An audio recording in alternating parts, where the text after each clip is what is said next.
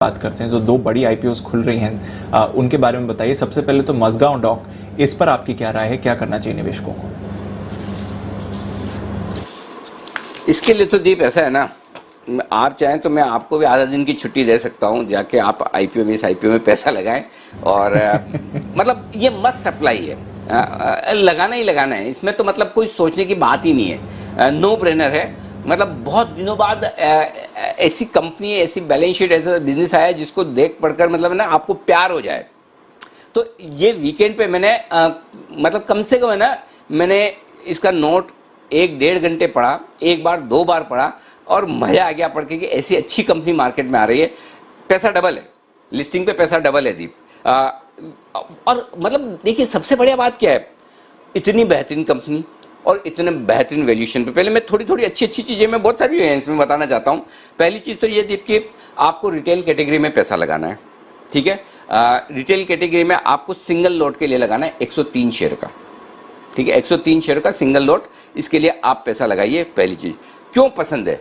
पहली चीज़ तो पसंद इसलिए कि वैल्यूएशंस बहुत बहुत बहुत आकर्षक है। देखिए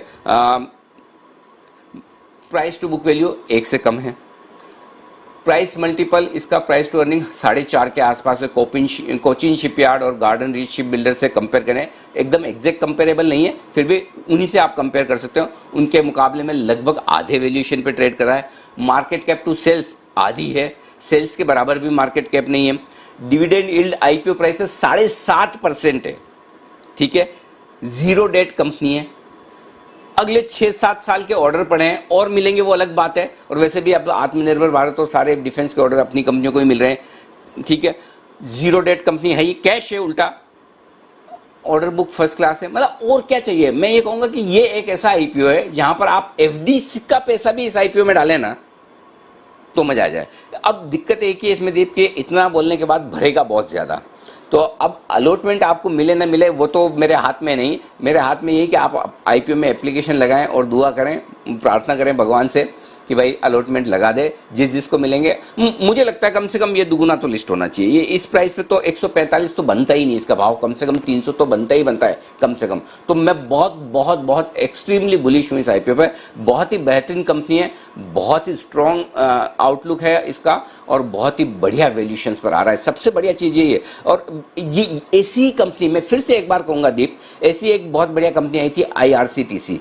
तब मैंने रेल मंत्री जी से दरख्वास्त की थी कि प्लीज़ इस तरह के आईपीओ ना आप किसी फंड को मत दीजिए, इस तरह के आईपीओ सिर्फ और सिर्फ हिंदुस्तान के रिटेल इन्वेस्टर को दीजिए। फिर मेरी दरख्वास्त आज रक्षा मंत्री राजनाथ सिंह से है कि इस तरह की कंपनी जो डिफेंस सेक्टर की या शायद ये मनसुख मांडविया साहब की पोर्टफोलियो में आती होगी, शिपिंग वाले पोर्टफोलियो में, जिनके भी अंडर में आती हो, उनसे मेरी दरख्वास्त है, जब आप इतनी बढ़िया कंपनी इतने अट्रैक्टिव वैल्यूएशन पे आप दे रहे हैं, रिटेल को दीजिए ना। उनको देंगे पूरा का पूरा अलॉटमेंट रिटेल को दीजिए, और फिर जिन फंड को खरीदना है लिस्टिंग के दिन खरीदे। तब तो है ना नए लोग आएंगे स्टॉक मार्केट में, और तब लोगों को अलॉटमेंट भी मिलेगा। नहीं तो आज होता है क्या है, आप लगाएं 10-10 आईपीओ में लगाएं, एक आध में लगती है एप्लीकेशन तो लग जाती है, नहीं तो लगती नहीं। फिर लोग निराश हो जाते हैं, सोचते कि ठीक है अब इतना आप स्ट्रांगली बोल रहे हो लेकिन अलॉटमेंट ही नहीं मिलेगा तो क्या करें।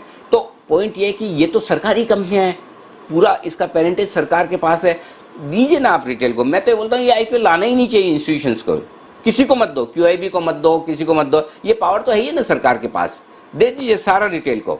ये आईपीओ भी वैसा है जिसमें 100% रिटेल अलॉटमेंट ये होना ही चाहिए। और ऐसा नहीं कि हम पहले आदमी होंगे इस, वैसे तो पहले हो तो और बढ़िया है, लेकिन रशिया में ऐसा हो चुका है। रशिया की सरकारी कंपनियों का जब डाइवेस्टमेंट हुआ तो कई सारी सरकारी कंपनियां, उन्होंने ये कहा कि पहले सब हमारे नागरिकों को मिलेगी, अगर वो नहीं खरीदें तो फिर आकर फंड खरीदें, या जिनको फंड्स को खरीदना है वो लिस्टिंग पर सही वैल्यूएशन पर खरीदें। देखिए आप वो वैल्यूएशन सही करके, हो सकता है फंड वाले 150 में भी खरीदेंगे, सॉरी 300 रुपए में भी खरीदेंगे 150 का शेयर, लेकिन रिटेल तो नहीं खरीद सकता ना। पहले दिन अगर 300 खुलेगा तो रिटेल की हिम्मत थोड़ी है जो 150 का आईपीओ 300 में खरीदे। तो इसलिए ये जरूरी है, ये मेरी दरख्वास्त है, इस पर सरकार को सोचना चाहिए। जो बेहतरीन कंपनियां हैं, जो वेल्थ क्रिएट कर सकती है, जो लोगों का कॉन्फिडेंस कैपिटल मार्केट में बढ़ा सकती है, उन कंपनियों को, और जो आप ही की कंपनियां हैं, भाई देश जनता का है, ये कंपनियां सरकार की है, और ऐसे में अगर ये सरकारी कंपनियों की सारी स्टेक आप रिटेल इन्वेस्टर को देते तो गलत क्या है? सिंपल, क्यों है फॉरेन इन्वेस्टर्स को देना है? अच्छा, म्यूचुअल फंड को दे रहे हो तो भी इनडायरेक्टली रिटेल का है, तो डायरेक्टली दे दीजिए, लोग खुश होंगे, मार्केट में फिर से आएंगे। तो प्लीज इस तरह की कंपनियों को तो जरूर मुझे लगता है सरकार को सिर्फ और सिर्फ रिटेल को देना चाहिए। जी। बिल्कुल सर, आशा है कि आगे जाकर आईपीओज में थोड़ा और बदलाव बने और रिटेल पार्टिसिपेशन को बढ़ावा दिया जाए। बट जैसे अनिल जी कह रहे हैं, मजगांव डॉक डेफिनेटली अप्लाई करिए और लिस्टिंग पर तो आपको डबल आना ही चाहिए।